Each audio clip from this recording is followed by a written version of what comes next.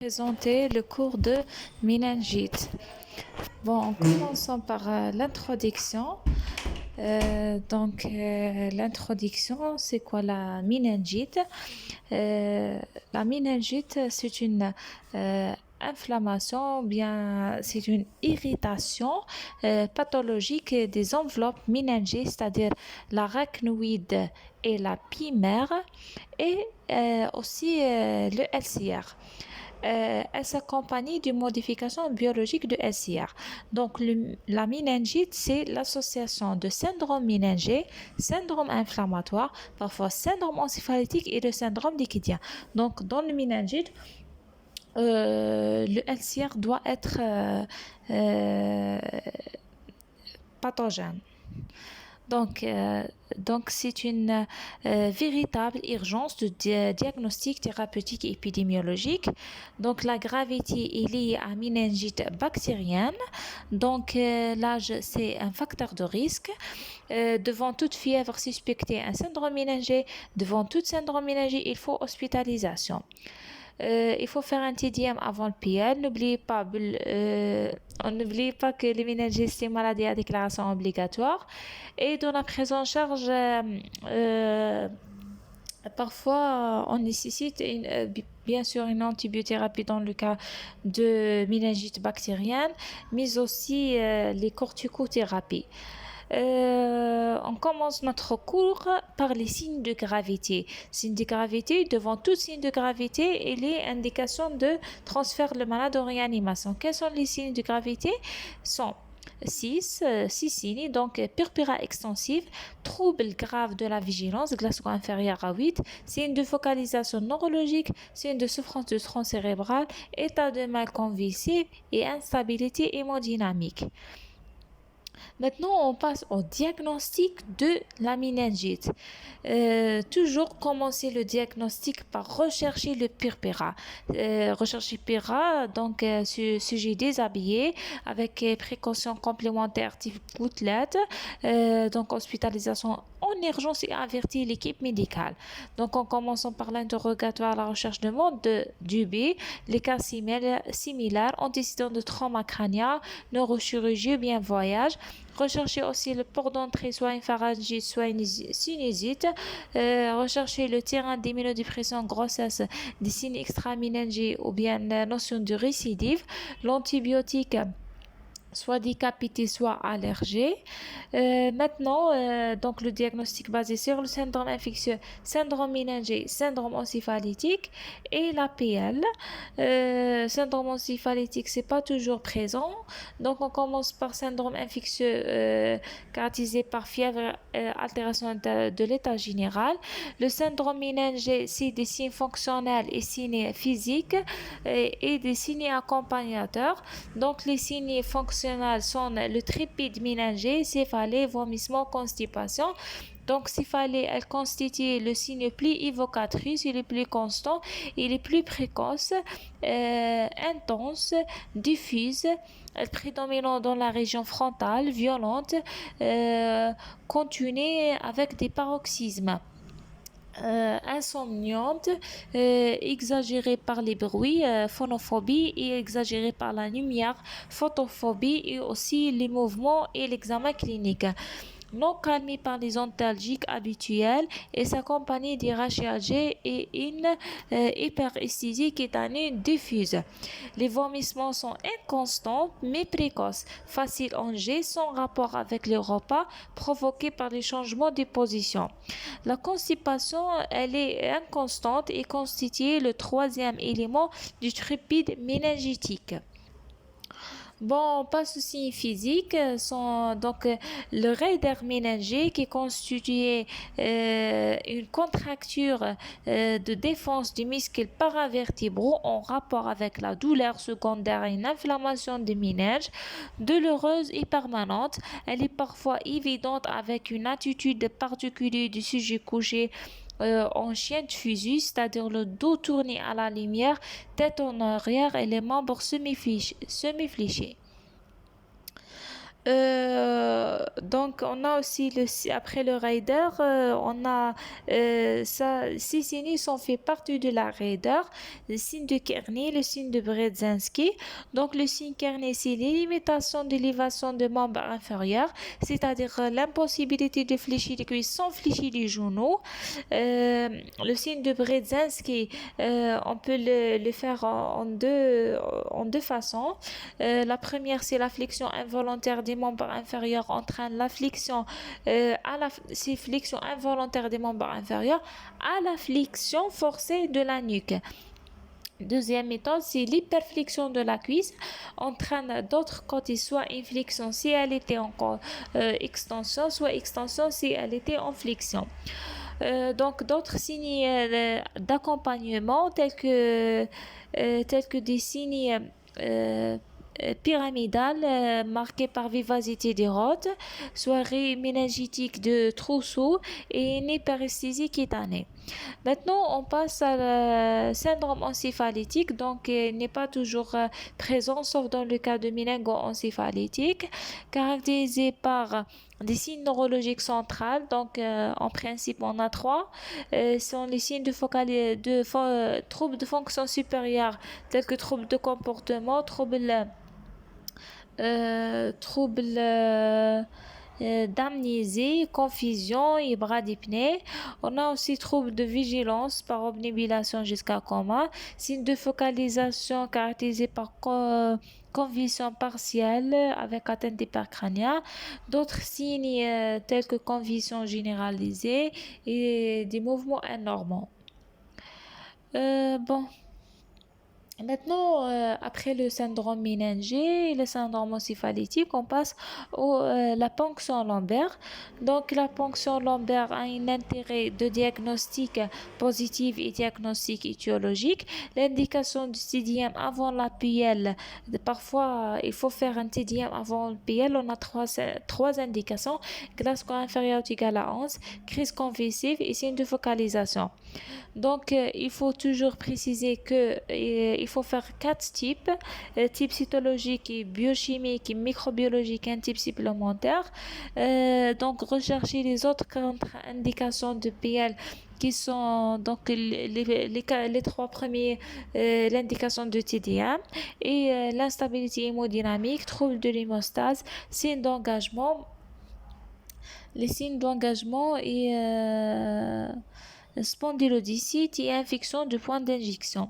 Maintenant, pour les indications de PL, premièrement, syndrome infectieux d'apparition britale par décéphalie, frisson, fièvre, vomissement en jet, le raideur méningé, purpura aiguë fébrile, trouble de la conscience accompagné de fièvre.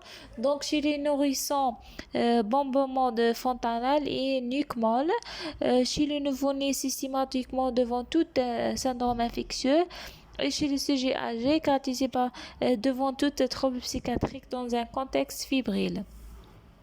Maintenant, on passe aux techniques. Donc, la technique, donc la ponction lombaire doivent être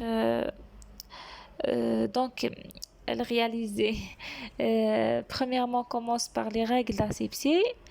Puis elle réalisait au niveau du cul-de-sac lombaire, soit le L3, L4, L4, L5 ou bien L5, S1, mais l'espace L4, L5 se repère facilement, donc il est sous la ligne horizontale qui rejoint les deux crêtes iliaques.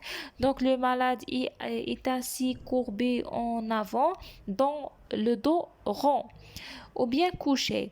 Donc, ça, c'est la première chose. La deuxième chose, les règles d'asepsie. Donc, la première chose, c'est la position.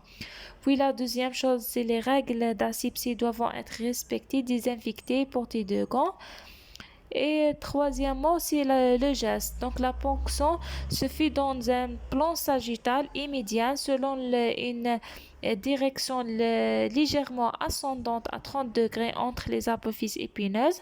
Après avoir franchi la première résistance, la résistance de ligament de vertébrale postérieure, l'aiguille à main droite pénètre dans le cul-de-sac. et c'est l'association de deuxième résistance. Donc, lors de la pénétration d'aiguilles, on a deux sensations de résistance. La première, c'est la ligament vertébral postérieur et la deuxième, c'est le cul-de-sac. Donc, le liquide est prélevé, puis l'aiguille se retire d'un coup sec. Donc c'est ça. Maintenant, on passe aux incidences. Donc, on a 5 incidences. Premièrement, s'il s'agit d'une impossibilité de réaliser la ponction en raison d'une scoliose ou bien une agitation ou bien une calcification du ligament interépineux. Donc, dans ce cas, on peut faire la ponction soit par voie latérale, soit en sous-occipital. La deuxième incidence, c'est piqûre d'une racine nerveuse qui provoque une simple décharge électrique très brève sans conséquence. Troisièmement, la ponction blanche, c'est-à-dire le liquide ne coule pas. Donc c'est le cas, on a deux situations, soit déshydratation sévère, soit compression de la moelle sous-jacente. Quatrième incident, ce liquide hémorragique en cas de ponction traumatique. Donc il faut repiquer les deux espaces plus haut. Cinquième incident, c'est le syndrome post-ponction lombaire intérêt de blood patch. Maintenant, après la ponction, donc on va détailler un peu le liquide. Donc le diagnostic méningé fait par une réaction inflammatoire. Donc on a un recrutement de cellules et on a une excitation de protéines.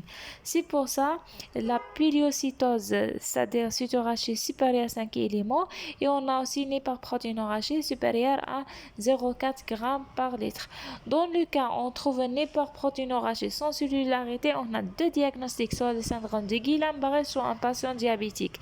Maintenant, on va faire l'analyse du LCS. On commence par analyse cytologique, puis analyse microbiologique, puis analyse biochimique. Pour l'analyse cytologique, donc si on a une prédominance à PNN, on évoque les méningites bactériennes, mais aussi un certain méningite viral peut être débité par PNN. Si on a prédominance, donc pour les méningites bactériens sont essentiellement méningocoque, pneumocoque et hémophilus. Si on a prédominance lymphocytaire, c'est beaucoup plus les méningites virales ou bien Borrelia burgdorferi ou bien Treponema pallidum. En absence de prédominance, c'est-à-dire panachée, on évoque beaucoup plus les stérioses. Donc, on passe aux analyses microbiologiques de SIS. L'analyse microbiologique, soit bactériologique, virologique ou bien d'autres analyses. Pour la bactériologique, l'examen direct de SIS après coloration de grammes est systématiquement réalisé. Donc, la bactérie va orienter le diagnostic. La culture avec antibiogramme après 2 jours qui permet de identification de germes et sensibilité des antibiotiques. La PCR, la recherche des méningopneumocoques chez les patients reçus un antibiotique, et on recherche aussi les antigènes solubles à pneumocoque par exemple. Donc c'est ça l'examen bactériologique, c'est l'examen direct, c'est la culture, c'est la PCR et l'antigène soluble. Deuxièmement, l'analyse virologique, donc par PCR entérovirus ou bien de herpès 1 ou 2, mais l'utilité du traitement c'est beaucoup plus pour l'herpétique. Donc c'est ça. D'autres analyses, c'est la cryptococcose. Donc l'examen direct, on utilise coloration de l'encre de Chine et aussi rechercher l'antigène dans le sang et dans le LCR. On peut aussi rechercher des anticorps dans le LCR. On a 2 cas, c'est la maladie de Lyme et la neurosyphilis. On passe à l'analyse biochimique du LCS. L'hyperprotéinorachie à partir de 0,4, mais le plus fréquent supérieur à 1 g, on trouve dans le cas de méningite tuberculeuse. La glycorachie est interprétée en fonction de la glycémie par le rapport LCS sur le sang inférieur à 40%, évoqué un méningite bactérienne. Et aussi, on peut faire la concentration de l'acide lactique dans le LCR augmenté dans les méningites bactériennes. Maintenant, donc tout ça rentre dans le cadre de ponction lombaire. Après la ponction lombaire, on peut faire d'autres examens biologiques tels que les hémocultures systématiques réalisées avant l'antibiothérapie. On peut utiliser aussi dosage de procalcitonin et lorsque le taux inférieur à 0,5 microgrammes par litre a une bonne valeur prédictive négative. L'hémogramme, bilan de coagulation, ionogramme, créatinine permettant d'apprécier le retentissement de l'infection. Le PCR pour méningo réalisé dans le sang, mais aussi par biopsie cutanée, des lésions purpuriques en particulier, c'est en un antibiotique préalable. N'oubliez surtout pas la recherche d'une infection HIV par un test combiné, c'est-à-dire l'antigénémie P24 et la sérologie, doit être réalisée devant toute méningite. Donc, la primo-infection HIV donne la méningite lymphocytaire et l'immunodépression lorsque les infections chroniques ou bien les infections opportunistes par le VIH entraînent une méningite surtout périllante. Après les examens bactériologiques, on passe à l'imagerie. Donc, l'imagerie réalisée dans le cas suivant à la recherche des méningites purulentes à d'autres germes que méningocoque ou bien pneumocoque, et aussi lorsque la survenue d'un nouveau signe clinique neurologique ou bien l'accentuation de céphalie ou bien persistance de fièvre céphalique, trouble de vigilance après 62 heures de traitement, ou bien chez les enfants lorsqu'on a augmentation de périmètre crânien.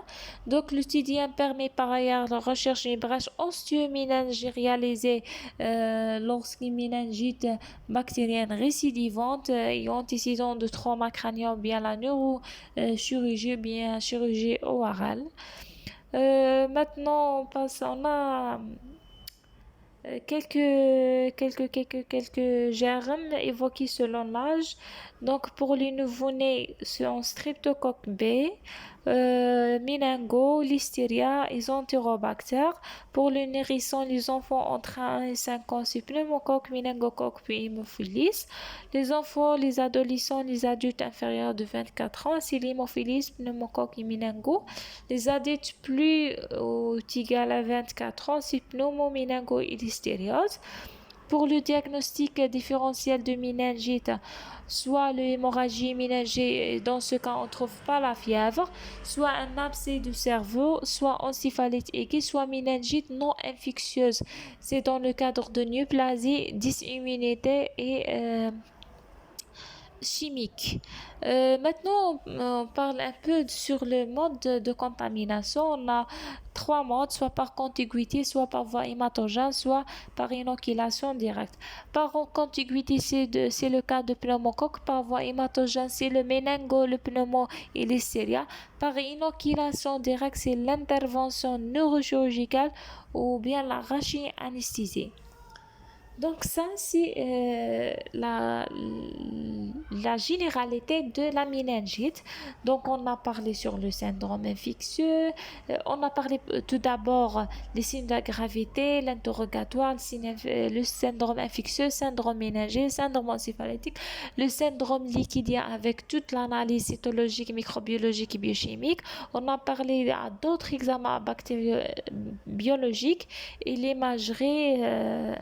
Donc c'est ça, c'est généralité de la méningite. Maintenant, on va détailler un peu les méningites purulentes et les méningites lymphocytaires. Bon, en commençant par les méningites purulentes, donc la première méningite que je vais détailler, c'est les méningites à méningocoque. Donc caractérisée par sa contagiosité, par sa forme grave fulminante et c'est une maladie à déclaration obligatoire. Donc, méningocoque, c'est une diplocoque gram négative encapsulée, c'est une bactérie fragile. On a 5 sérotypes principaux, donc A, B, C, Y, W 135, avec l'émergence de W 135 avec l'épidémie de la Mecque en 2000. Le sérotype B est le sérotype le plus fréquent en Algérie selon l'ARN, l'association ARN. Donc, l'homme est le seul réservoir et le portage, c'est nasopharyngé. Pour le terrain, il n'y a pas de terrain particulier. Souvent, sujet jeune, inférieur de 25 ans, de saison hivernale, notion de cas groupés. Si on doit citer un terrain particulier, c'est le déficit en complément et l'absence de la vaccination. La clinique, le débit est souvent brittle, syndrome ménager, pas de signe de focalisation. La forme le plus grave, c'est la purpura fulminante. C'est une purpura vasculaire extensive, très rapidement, en quelques minutes à quelques heures, en nombre et en taille. Par définition, c'est la présence de au moins un élément nécrotique ou échymotique supérieur à 3 mm de diamètre, souvent associé d'un sepsis ou bien choc septique, souvent secondaire à méningococcémie et éventuellement atteinte méningite secondaire. La PL n'est pas réalisée dans ce cas dans la purpura fulminante en raison de l'instabilité hémodynamique, en raison de troubles d'hémostase CVD. Donc, c'est l'indication de commencer une antibiothérapie rapidement, c'est la ceftriaxone. La forme commune, c'est la forme de méningite cérébrospinale. On trouve purpura dans les deux tiers cas, pétichial, échymotique, euh, dans les extrémités des membres inférieurs. On trouve atteinte articulaire des artères, on trouve une péricardite, donc surtout dans la deuxième semaine, l'état de choc dans les formes graves et la pharyngite et aussi des cas similaires. L'examen complémentaire, donc le SIS liquide franchement périllante avec hypoprotéinorachie, hypoglycorragie. L'examen direct, on trouve diplocoque gram négatif en grains de café et rechercher l'antigène soluble. C'est un gain de diagnostic dans les formes décapitées. Les femmes sont trouvées une hyperleucocytose CRP et la procalcitonine élevée. Donc la conduite à tenir, c'est l'isolement PSA, déclaration, précaution complémentaire type gouttelette et levée dans 24 heures si le traitement débuté c'est C3G, parce que le C3G c'est stériliser la nasopharyngée après 24 heures de traitement. Mais si on a commencé le traitement par l'amoxicilline, on doit garder le malade en isolement. Donc l'antibiotique, c'est une urgence par voie parentérale à forte dose. Selon l'instruction algérienne, on commence le traitement par l'amoxicilline et l'ampicilline. La dose pour la 10, c'est 8 entre 8 et 12 grammes par jour. L'alternative, c'est la PNG. Donc la dose pour la 10, c'est 20 millions unités par jour. En cas de perfusion, si allergie, c'est la thiamphénicol. La dose pour la 10, c'est 4 grammes par jour. En 6 perfusions. Selon le pilier, c'est la ceftriaxone 200 mg par kg par jour en 4 perfusions ou bien la ceftriaxone 75 mg par kg par jour en 1 à 2 perfusions. Donc, ajusté en fonction de CME de la max. Si CME inférieur à 0,1, donc on doit faire la désescalade vers l'amoxicilline, mais si c'est supérieur ou égal à 0,1, on maintient le traitement. La durée de traitement est entre 8 à 10 jours. Pour l'indication de l'eucarticothérapie d'hexaméthasone, c'est beaucoup plus pour les méningites à pneumocoque, mais dans le cas de méningite à méningocoque chez les enfants, il est indiqué, mais chez les adultes, il n'y a pas d'indication de la corticothérapie. Donc la durée de traitement 8 à 10 jours selon l'instruction algérienne et selon le pilier entre 4 à 7 jours. Maintenant, on commence la prophylaxie. La prophylaxie, on doit tout d'abord définir les cas contacts et définir aussi les cas de méningite à méningo. En commençant par les cas contacts, sont tous sujets vivant au domicile du malade ou ayant dormi dans la même pièce, institution embarquement dans les 2 jours précédant son hospitalisation. Ou bien, c'est un tout sujet ne vivant pas au domicile du malade, mais ayant un contact proche et répété avec le cas dans les 2 jours précèdent son hospitalisation.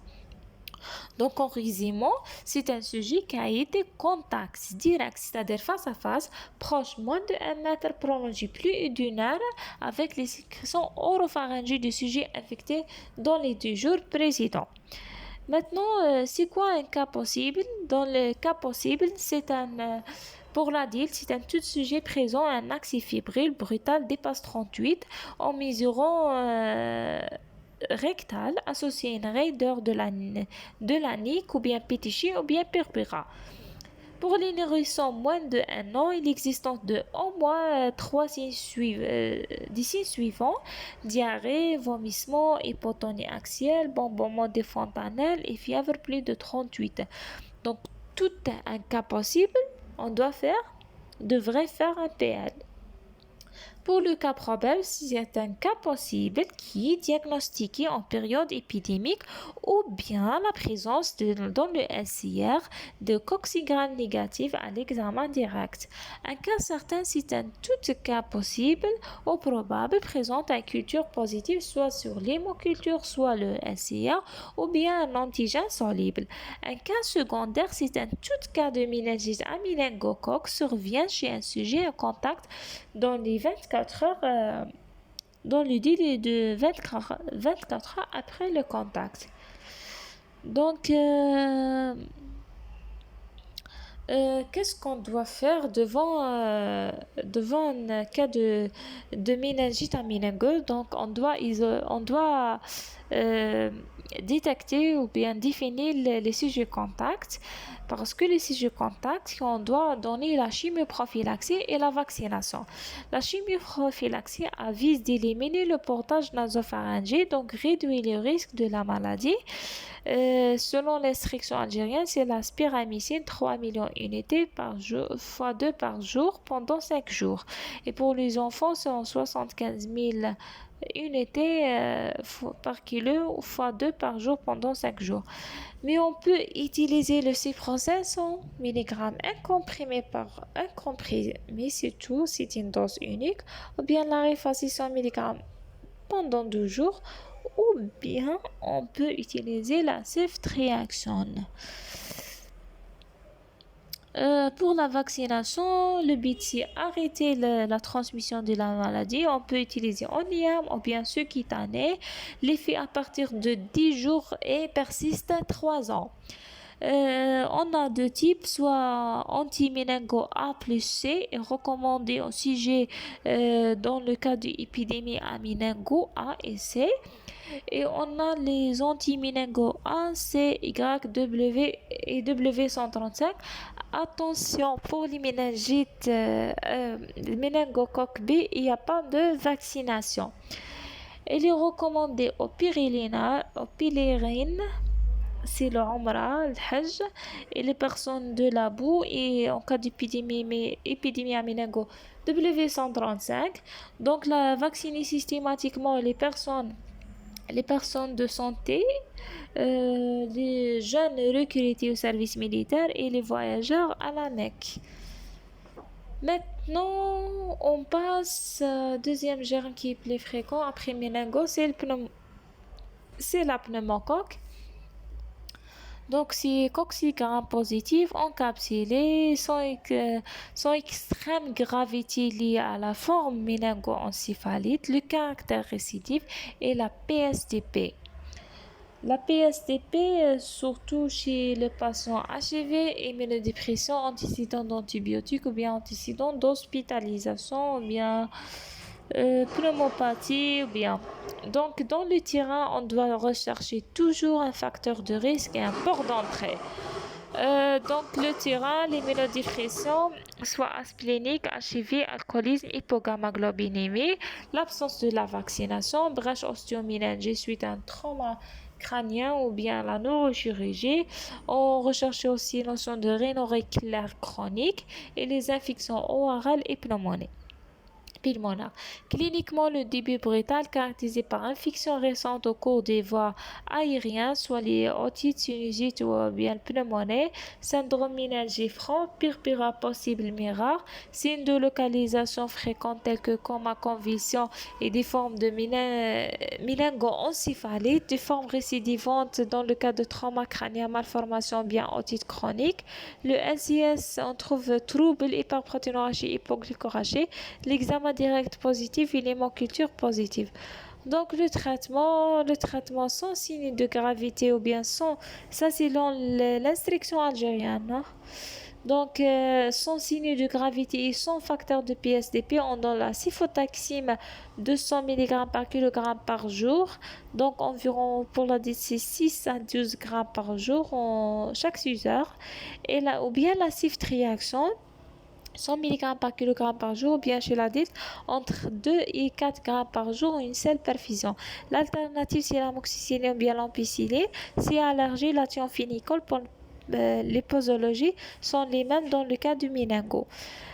Aussi la dexaméthasone chez l'adulte 10 mg, chez l'enfant 0,15 mg par kg tous les 6 heures pendant 4 jours. Dans le cas de la présence de signes de gravité ou bien le facteur de PSDP, on utilise l'association de cifotaxime ou bien la ciftriaxone associée à la vancomycine, dose entre 40 à 60 mg par kg par jour, donc entre 2 grammes par jour. L'alternative, c'est la rifampicine associée à la vanco ou bien la phosphomycine. Pour la posologie de la rifampicine, c'est entre 20 à 30 mg par kg par jour en 2 prises. Pour l'avant, quand j'ai déjà cité, c'est entre 40 à 60 mg par kg par jour. La phosphomycine, c'est 200 mg par kg par jour, entre 8 à 12 grammes par jour en cas de perfusion. Si allergie, la thiamphénicol. Aussi la dexaméthasone injectée initialement ou bien de façon concomitante avec l'antibiotique. La durée de traitement entre 15 et 21 jours. Donc, selon le pilier, on utilise la ciftriaxone 300 mg par kg par jour en EVD, en 6 perfusions, bien la ciftriaxone 100 mg par kg par jour en 1 à 2 perfusions, ajusté en fonction de CM et de C3G. Donc, s'il est inférieur à 0, pardon, ajusté en fonction de CMI de l'amoxicilline. Si inférieur à 0,1, on fait la désescalade vers l'amoxicilline ou bien on diminue la dose de C3G vers cefotaxime 200. Et si le CMI est supérieur ou égal à 0,1, on maintient le traitement. Et on vérifie aussi le CMI de cefotaxime si inférieur à 0,5, on fait la désescalade de ceftriaxone vers 75 mg. Sinon, on garde les mêmes posologies.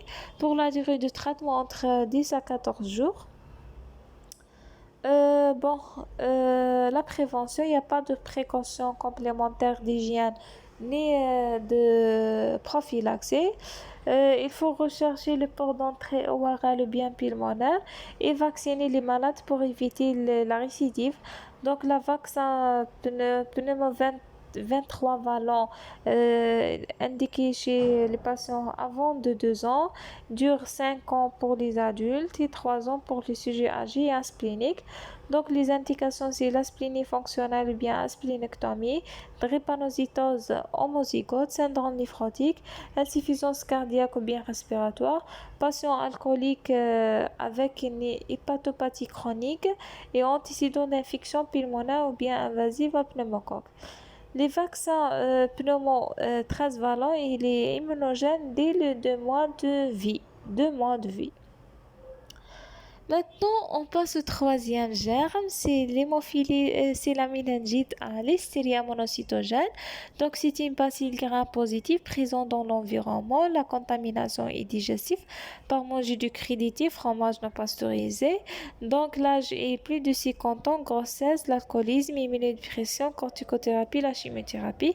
Cliniquement, le début progressif par syndrome méningé, rhomboencéphalite avec des signes d'atteinte du tronc cérébral, en particulier la paralysie d'hypercrânienne, le SIS panaché, purulent ou lymphocytaire, hypoglycémie. Le traitement selon pilier, l'amoxicilline 200 mg par kg par jour en cas de perfusion, plus la genta entre 3 et 5 mg par kg par jour en une seule perfusion. La durée du traitement est pendant 21 jours. La prévention, pas de transmission interhumaine, les règles d'hygiène alimentaire du sujet contact risque et contrôle sanitaire des aliments.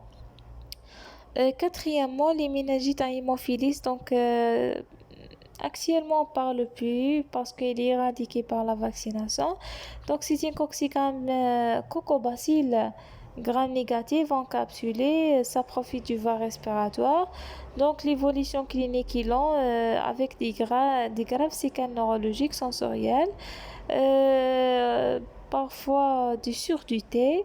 Le LCS liquide trouble, le traitement cifotaxime bien ceftriaxone, l'alternative c'est la moxulampicilline et en cas d'allergie c'est la thiamphénicol. D'autres germes staph nosocomial, au colis, le traitement toujours cifotaxime, ceftriaxone. Donc si on a un examen direct négatif sans signe de gravité, on donne la cifotaxime 300 mg bien ceftriaxone 100 mg. Si on a un argument de la listériose, on ajoute la moxicilline, la janta. Maintenant, on passe au suivi. Donc, on a le suivi initial et on a le suivi ultérieur. Pour le suivi initial, c'est pour efficacité de l'antibiotique jugé par l'état septique et le syndrome méningé. Donc, la PL de contrôle après 48 heures jusqu'à 62 heures est indiquée dans le cas de l'évolution clinique défavorable, c'est-à-dire l'absence de l'amélioration des troubles de vigilance ou bien sepsis. Ou bien la PL de contrôle est indiquée après un imagerie cérébrale pour éliminer les complications intracérébrales. Aussi dans les méningites à pneumocoque avec CMI supérieur à 0,5 pour les C3G et troisième indication c'est éventuellement des méningites à bactéries inhabituelles. Donc refaire un PL de contrôle dans 3 situations: pneumocoque résistance, germes inhabituels et évolution défavorable. Pour les complications de méningite purulente sont premièrement les collections purulentes sous-durales et épidurales, c'est les empyèmes. Deuxièmement, les encéphalites présuppuratives, c'est les cérébilites. Troisièmement, les absidations. Quatrièmement, les vascularites cérébrales et le thrombose des veines corticales et des sinus durmériens dans le sinus caverneux, dans des thrombophlébites cérébrales. Maintenant, on passe au suivi ultérieur. Donc, le suivi ultérieur, c'est la brèche ostéoméningée, rechercher infection HIV, rechercher une pathologie sous-jacente ayant favorisé de méningite purulente telle que diabète, les hémopathies, les cirrhoses, cancer, éthylisme. Les méningites bactériens fréquemment responsables des séquelles neuropsychiatriques de haut surveillance à long terme du patient, surtout chez les enfants. L'examen neurologique doit être réalisé avant sortie de la malade et surveiller de l'audiométrie chez les enfants, méningite à hémophilis et exploration immunologique. Maintenant, on passe à les méningites lymphocytaires. Bon, pour les méningites lymphocytaires, on a 3 étiologies principales. L'herpès, l'hystéria et l'IBK sont les 3 causes curables, nécessitent un diagnostic et un traitement précoce. Toujours prendre la température et n'oubliez pas la fièvre devant une trouble de comportement ou bien confusion. La méningoencéphalite à liquide clair qui est sans orientation doit traiter par la cyclovir plus ou moins à mox, on y vient en urgence. Les principaux étiologies pour les virus sont les groupes de l'herpès, CMV, herpès 1, 2, VZV, EBV, aussi les antiretrovirus et l'HIV. Pour les étiologies bactériennes, on a Mycobacterium tuberculosis, Listeria monocytogène, Borrelia, Treponema, Leptospire et Mycoplasme. Pour les non infectieux, c'est la paraneoplasie, les maladies auto-immunes, post-infectieuses et médicamenteuses. Donc, le diagnostic appuie beaucoup plus sur l'anamnèse et les signes extra-méningés.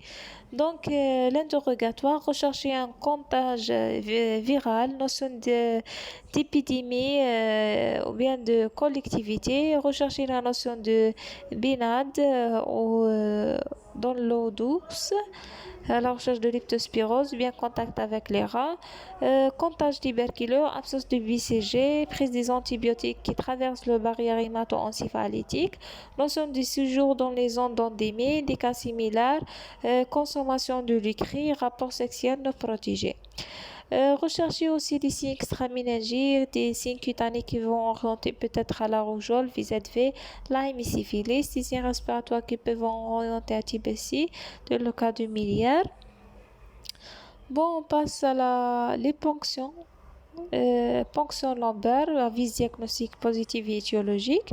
Donc, les méningites lymphocytaires ont trouvé une hyperproteinorachie inconstante, mais la glycorachie, elle peut être normale dans les causes virales, Lyme, syphilis, ou bien hypoglycorachie dans les stérios, tuberculose et cryptococcus. Le LCR peut être normal dans les phases précoces. Euh, il faut faire un PCR de l'herpès et VZV et il faut conservation d'un tube de LCS pour une éventuelle analyse. Ça pour la PL. Maintenant pour la TDM. La TDM réalisé en urgence avec son injection de produits de contraste. Donc, premièrement, pour éliminer les diagnostics différentiels tels que les abscesses, épanchements sudurales, bien les thrombophlébites, les hémorragies, les AVC, les tumeurs. Donc, il est plus souvent normal en cas d'encéphalite. Il peut montrer des anomalies, mais tardivement. Il s'agit d'un retard de diagnostic. On peut trouver des hypodensités focales, des lésions temporales dans le cas de l'herpès. L'IRM T1 et T2 sont avec injection de godilium à faire en première intention en cas de parce qu'il est plus sensible que TDM et détecte des anomalies plus précocement l'hypersignal T2 du parenchyme cérébral. Donc les bilans biologiques pour évaluer le retentissement de la méningoencéphalite et aussi pour donner orientation étiologique. On fait la FANAS, la CRP, ionogramme, les fonctions rénales, hépatique, glycémie, la calcémie, bilan d'hémostase, les hémocultures, frottis-gouttes à la recherche de paludisme, c'est la notion de voyage dans les zones tropicales, et dépister aussi la cheville systématiquement. On passe aux étiologies. Donc, on a les méningites herpétiques. Beaucoup plus, si l'herpès, elle est plus fréquente et plus grave. Beaucoup plus due à l'herpès 1, rarement à l'herpès 2. Des lésions prédominent au niveau du lobe temporal et frontal parfois, mais surtout temporaux, caractérisés par des lésions nécrotiques en général dues à une réactivation chez l'adulte et primo-infection chez l'enfant. Sur un terrain, 90% des cas de sujets entre 20 et 50 ans. Cliniquement fièvre, l'installation du signe clinique sur quelques jours. Signe clinique en rapport avec localisation temporale. Donc, on trouve troubles de comportement, troubles mnésiques, aphasie, crise convulsive temporale. Des signes complémentaires, on trouve les méningites lymphocytaires normoglycorachées. À l'EEG, on trouve un complexe ou bien périodique ou bien décharge périodique, disons lente au niveau temporal. À l'imagerie, on trouve des lésions hypodenses, frontotemporales, bilatérales et asymétriques. Confirmation du diagnostic par PCR de l'herpès dans le LCR. N'éliminez pas le diagnostic si elle est négative, car elle peut être négative. Donc l'imagerie, elle peut être négative dans les 4 premiers jours. Il faut aussi refaire un PLOC peut être négatif. Dans les 4 premiers jours, il faut refaire. Donc, l'évolution sans traitement, la mortalité est 80% des cas avec des séquelles dans la moitié des cas. Sans traitement, mortalité de 10%, mais 50% des guérisons sans séquelles. Les séquelles sont surtout cognitives, épilepsie et de comportement. Le pronostic est lié à la précocité de la mise en route du traitement. Donc le traitement, c'est l'aciclovir, 10 mg par kg par jour, en IV pendant 3 semaines. D'autres étiologies, soit les orions, soit les antiretrovirus, soit VZV, soit l'HIV, CMV, EBV, West Nile, la rougeole, etc.